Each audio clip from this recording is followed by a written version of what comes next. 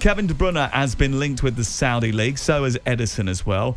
But I wonder what the Saudi League's plan is in 2024 and how do they avoid being seen as just a final payday for ageing players. Last season, the league bought in 97 players, including Cristiano Ronaldo and N'Golo Kante and Karim Benzema. This season, though, despite links to De Bruyne and Romelu Lukaku, the rules have been changed to encourage Saudi clubs to pick up younger players. There's also a shift in what they're spending their money on in 24-25 with the focus to fulfilling the contracts they've already committed themselves to and revitalising the infrastructure at the clubs to make it more attractive for big stars in the future.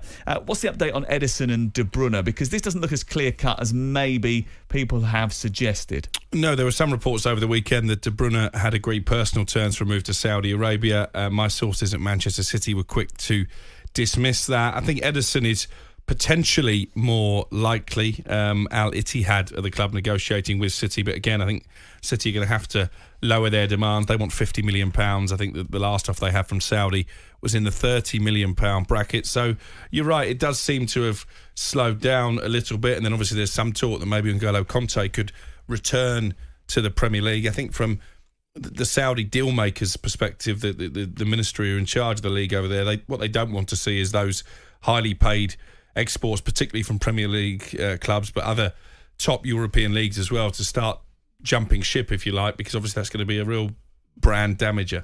Yeah, let's hear from our Saudi correspondent, Ben Jacobs, who was speaking to the Saturday session this weekend, discussing why the league haven't signed as many big-ticket players this window.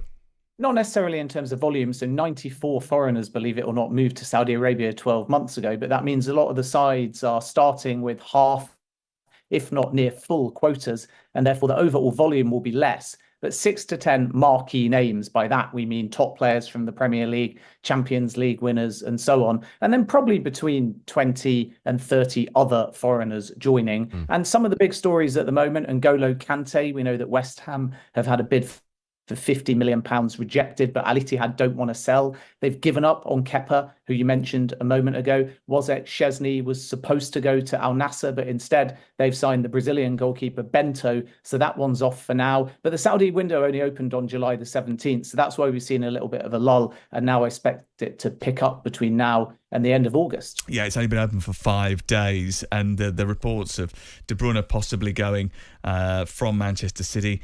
I mean, the deal makers in Saudi, as far as we understand it, are quite happy to wait till 2025 if needs be. It was talking there about Al-Ittihad, who do look like they are going to sign Villa's Moussa Diaby, which is quite some coup, really, because you were very hot on him at the beginning of last season. He was good, but he wasn't as breakthrough, I think, as maybe you were hoping for.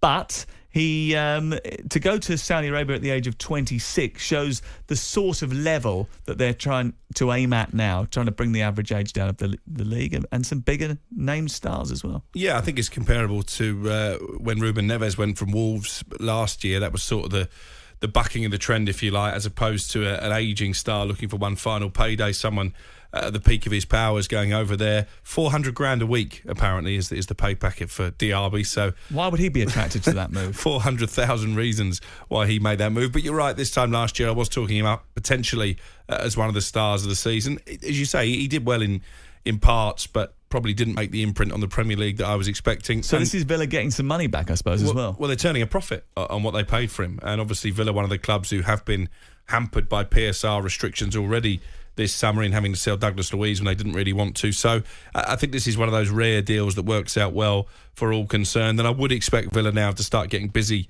in the market in terms of bringing in players themselves. We know that Amadou Onana from Everton for £50 million is likely to get done, and I think the owners are going to show some ambition now to try and build a squad capable of competing not just in the Premier League but of course in the Champions League, the expanded Champions League next season. It's going to be a real test of Villa's squad. Yeah, it's going to be a different level for them to operate at, and Newcastle found that in the first half of the season as well, and injuries did hit quite hard for Newcastle United, and Aston Villa will be looking to avoid that.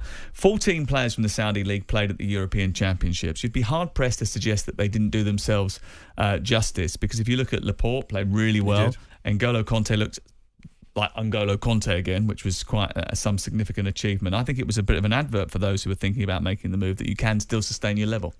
Yeah, maybe Ronaldo was the exception to that, but obviously he is 98. Yeah, he is. He's at a different stage of his career. But you're right. I think certainly the form of Conte, in particular, and the fact that Port's gone on to be crowned European champion, suggests that maybe the Saudi League doesn't have to be a graveyard. The big issue they've got, and I heard the boys on breakfast debating this morning. I mean, I've not watched much of the football, I have to confess, so I can't really tell you what the standard is like.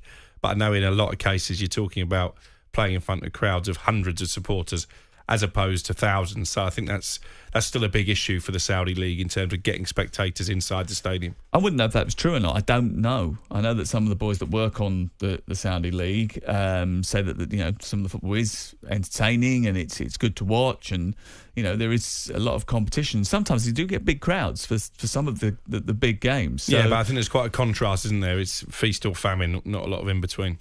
I think one of the other issues is that it's a very big sort of gear change for some of the players. And if you listen to Aymeric Laporte, actually, he was sort of like saying, it's different to what I was expecting.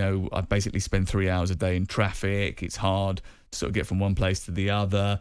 Alan Saint-Maximin trying to get out after just a year. You mentioned N'Golo Kanté might be going to West Ham as well. So I think it's sort of balancing act, isn't it? There are some players that will stay there and really throw themselves into a changing culture and accept that it's a different lifestyle, and you get really well recompensed for that. And there are other players that find it very, very difficult and are like, well, I'm not necessarily sure this is what I want to do. I've made the move for the money, and now I'm thinking, actually, I'd like to go back. So it will be interesting to see what happens over the course of the next couple of years or so, because I don't think that the sports minister and the government are going to allow it just to fritter away. They'll want to keep pumping money into it. Yeah, I think losing Jordan Henderson was a big blow, and the sort of furore that surrounded his return to European football. But our mate Dean Holden is over there, isn't he, as Steven Gerrard's assistant? He's just signed a new long-term contract. He seems pretty happy with life in Saudi. I think he lives in Bahrain, actually, as Gerrard does, and they commute over, but he's certainly not in a rush to come back to English football. Interesting to see what happens over the course of the next few weeks as well, because the other thing is that last year a lot of the clubs used the Saudi explosion as a way of selling some of the talent they didn't necessarily want anymore, or that they thought they could get big money for. And that vehicle, I'm not necessarily sure is going to be available to them this year.